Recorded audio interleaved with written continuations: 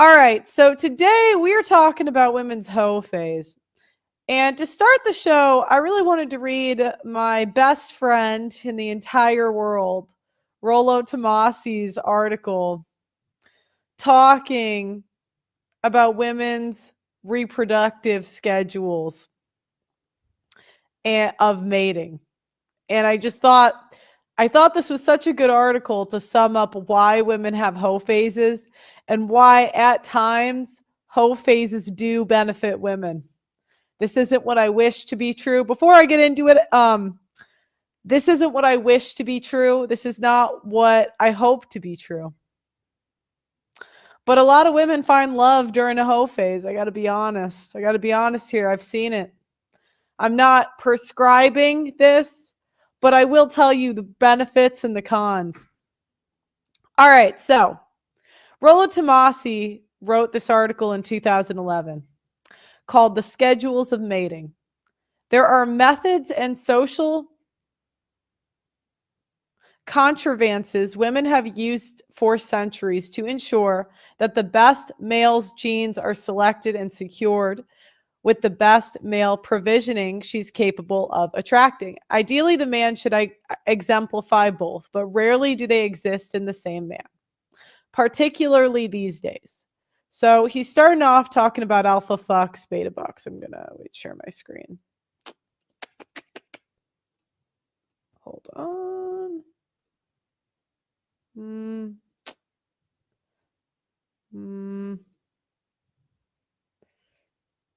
Yeah, I'll go this way.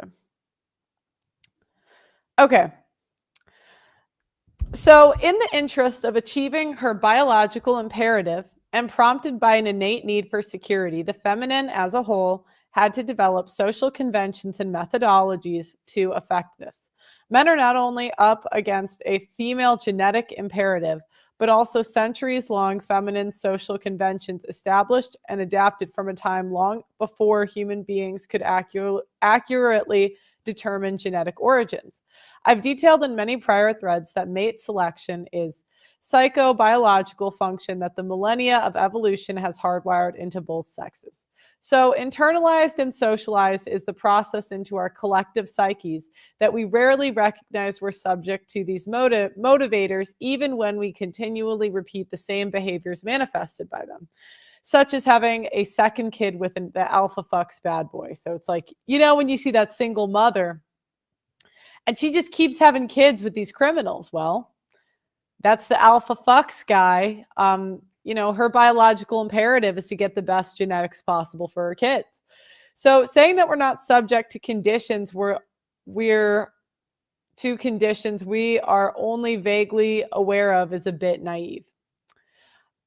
It's simple deductive logic to follow that for a species to survive, it must provide its offspring with the best possible conditions to ensure its survival. Either that or to reproduce in such quality that it ensures survival.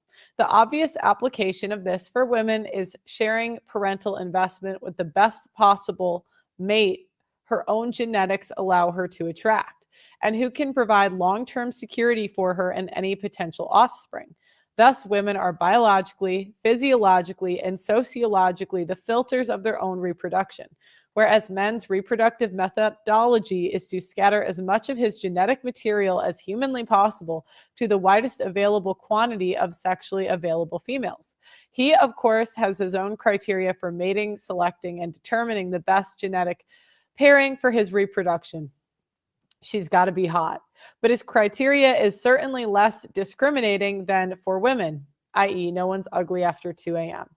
This is evidenced in our own hormonal biology. Men possess between 12 and 17 times the amount of testosterone, the primary hormone in sexual arousal. Women do, and women produce substantially more estrogen, instrument in sexual caution, and oxytocin, fostering feelings of security and nurturing than men. That stated, both of these methodologies conflict in practice. For a woman to best ensure the survival of her young, a man must necessarily abandon his method of reproduction in favor of her own.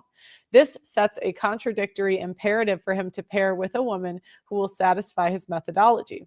A male must sacrifice his reproductive schedule to satisfy that of the woman he pairs with. Thus, so much potential genetic or Thus, with so much genetic potential at stake, on his part of the risk, he wants not only to ensure that she is the best possible candidate for breeding and future breeding, but also to know that his progeny will benefit from both parents' investments. A side note is one interesting outcome of this psychobiological dynamic is men's ability to spot their own children in a crowd of other children more quickly and with greater accuracy than even their mothers. Studies have shown that men have the ability to quickly and accurately identify their own children in a room full of kids dressed in uniforms than the mothers of the child. Again, this stresses the subconscious importance of the genetic trade-off.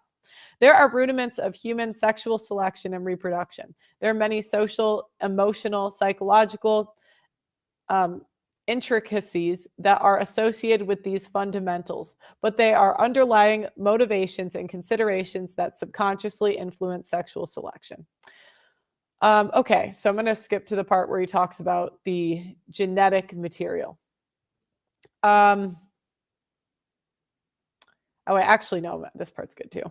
He is a great writer. To counter this subconscious dynamic to their own genetic advantage, women initiate social conventions and psychological schemes to better facilitate their own breeding methodologies. This is why women always have the prerogative to change her mind. And the most fickle of all behaviors become socially excusable, while men's behavior is constrained to a higher standard of responsibility to do the right thing, which is invariably to the advantage of a woman's reproductive scheme. This is why men who are players and fathers who abandon mothers to pursue their innate reproductive method are villains, and fathers who selflessly sacrifice themselves financially, emotionally, and life decision-wise, often to the benefit of the children they didn't father, are considered heroes for complying with women's genetic imperatives. This is also the root motivation for female-specific social dynamics such as LGBTF rejections, women's propensity for victimhood, as they've learned that this endangers the savior mental schemes for men's breeding schedules, Captain Sabaho, and even marriage itself. So there's good dads versus good genes. And so this is the problem that women face, right? The two greatest difficulties for women to overcome in their own methodology is that they are only at a sexually viable peak for a very short window of time, generally their 20s. And the fact that the qualities that make a good long-term partner, the good dad, and the qualities that make for good breeding stock, good genes, only rarely manifest themselves in the same male. Provisioning and security potential are fantastic motivators for pairing with a good dad, but the same characteristics that make him such are generally a disadvantage when compared with the man who better exemplifies genetic, physical attraction, and the risk-taking qualities that would imbue her child with a better capacity to adapt to its environment, i.e. stronger, faster, more attractive than others to ensure the passing of her own genetic material to future generations. This is the jerk versus nice guy paradox writ large on an evolutionary scale. Men and women innately, though unconsciously, understand this dynamic. So in order for women to have the best that the good dad has to offer while taking advantage of the best that the good genes man has, she must invent and constantly modify social conventions to keep that advantage in her biological favor. This paradox then necessitates that women, and by default men, must subscribe to short-term and long-term schedules of mating. Short-term schedules facilitate breeding with the good genes male, while long-term breeding is reserved for the good dad male.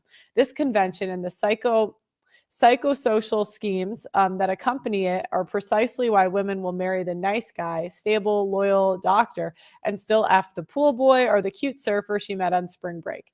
In our genetic past, a male with good genes implied an ability to be a good provider, but modern convention has throttled this. So new social and mental schemes had to be developed for women. For this dynamic, and the practicality of enjoying the best of both genetic worlds, women find it necessary to cheat. This cheating can be done proactively or reactively. In a reactive model, a woman who is already paired with her long-term partner chooses to engage in extramarital or extra-pairing sexual intercourse with a short-term partner, the cheating wife or girlfriend. That's not to say the short-term opportunity can't develop into a second long-term mate, but the action of infidelity itself is a method for securing better genetic stock than the committed provider male is capable of supplying. Proactive cheating is the single mommy dilemma. This form of cheating relies on the woman breeding with a good genes male, bearing his children, and then abandoning him or having him abandon her in order to find a good dad to provide for her and the children of the good genes partner to ensure the security. I want to stress again that most women do not have some consciously constructed and recognized master plan to enact the cycle and deliberately trap men into it. Rather, the motivations for this behavior and the accompanying social rationales invented to justify it are unconscious in the process. For most women, for the most part, women are unaware of this dynamic, but nonetheless are subject to its influence. For a female of any species to facilitate methodology for breeding with the genetic partner she's able to attract and to ensure her own offspring's survival with the best provisioning partner, this is an evolutionary jackpot. On some level, men innately sense something is wrong with the situation, though they may not be able to place why they feel it or they may misunderstand it in the confusions of women's justifications for it. Or they become frustrated by social pressures to do the right thing and are shamed into martyrdom to a feigned responsibility to these conventions. Nevertheless, some see it well enough to steer clear of single mothers, either by prior experience or by observing other male cuckolds saddled with the responsibility of raising and providing for another man's successful reproduction efforts with this woman. Men often fall into the role of proactive or reactive cuckold. He will never enjoy the same benefits as his short-term partner's mates. He will never enjoy the same benefits as his mate's short-term partner to the same degree in the way of sexual desire or the immediacy of it, while at the same time enduring the social pressures of having to provide for this good genes father's progeny.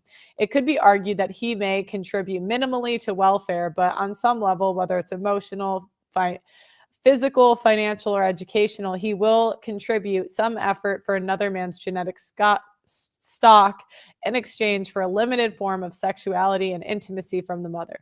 To some degree, he is sharing parental investment that should be borne by the short-term partner. If nothing else, he contributes the time and effort to her that he could be better invested into finding a sexual partner where he could pursue his own genetic imperative. Needless to say, there is no shortage of men sexually deprived enough to see past the long-term disadvantage and not only rewarding but reinforcing a single mother's bad decisions with regard to her breeding selections and schedules in exchange for short-term gratification. Furthermore, by reinforcing her behavior, he reinforces the social convention for men and for women. It's important to bear in mind that in this age, women are ultimately solely responsible for the men they choose to mate with and giving birth to their children. Men do bear responsibility for their actions, no doubt, but it's ultimately the decision of female and her judgment that decides the children's fate. Okay, let me read the other part.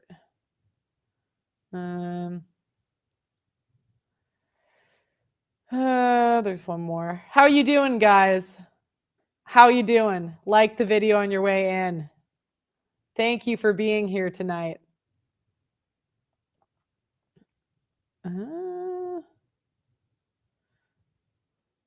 Okay, this one.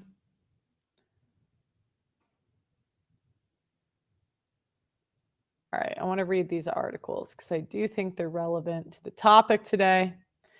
And then we will get into the show. Okay. If you follow me on Twitter and are a semi-regular viewer of my show, Access Vegas, you've likely seen me be critical of what's known as the mate switching hypothesis. This hypothesis has Pro offered as an alternative or a counter to the prevailing hypothesis known as the dual mating strategy. Mate switching theory was popularized by the godfather of evolutionary psychology, Dr. David Buss, in 2017. The theory made its way into his 2021 book, Men Behaving Badly, which, in my opinion, was an effort in apologetics for conventional masculinity. This book's release conspicuously coincided with Dr. Buss's pre-selling his now defunct The First Date course in 2020. Okay, blah, blah, blah. I think I read most of the part. I'm going to read this part tomorrow.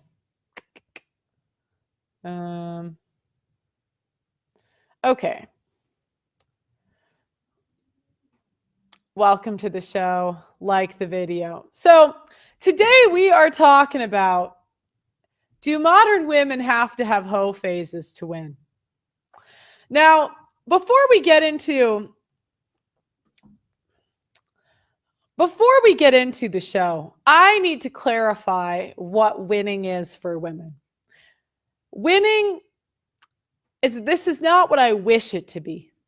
This is not what I hope winning to be. But when we look at what women want, what women respond to, women want the best of both worlds, like it said in Rollo's article. We want alpha fucks, beta bucks into one guy. And occasionally, and if women have to pick, we know in their heart of hearts, women want to pick alpha fucks. Now, how do you know this? A lot of people, they say, Pearl, you're a doomer. Pearl, that can't be true. Pearl, you're so evil. Well, I simply look at what women respond to. I don't see women throwing themselves at accountants. I really don't. I see women throwing themselves at celebrities, entertainers, boxers, basketball players, streamers. I do not see women going to their local engineering station and saying, be with me, right? I would love to say that happens, but it's not really something I see.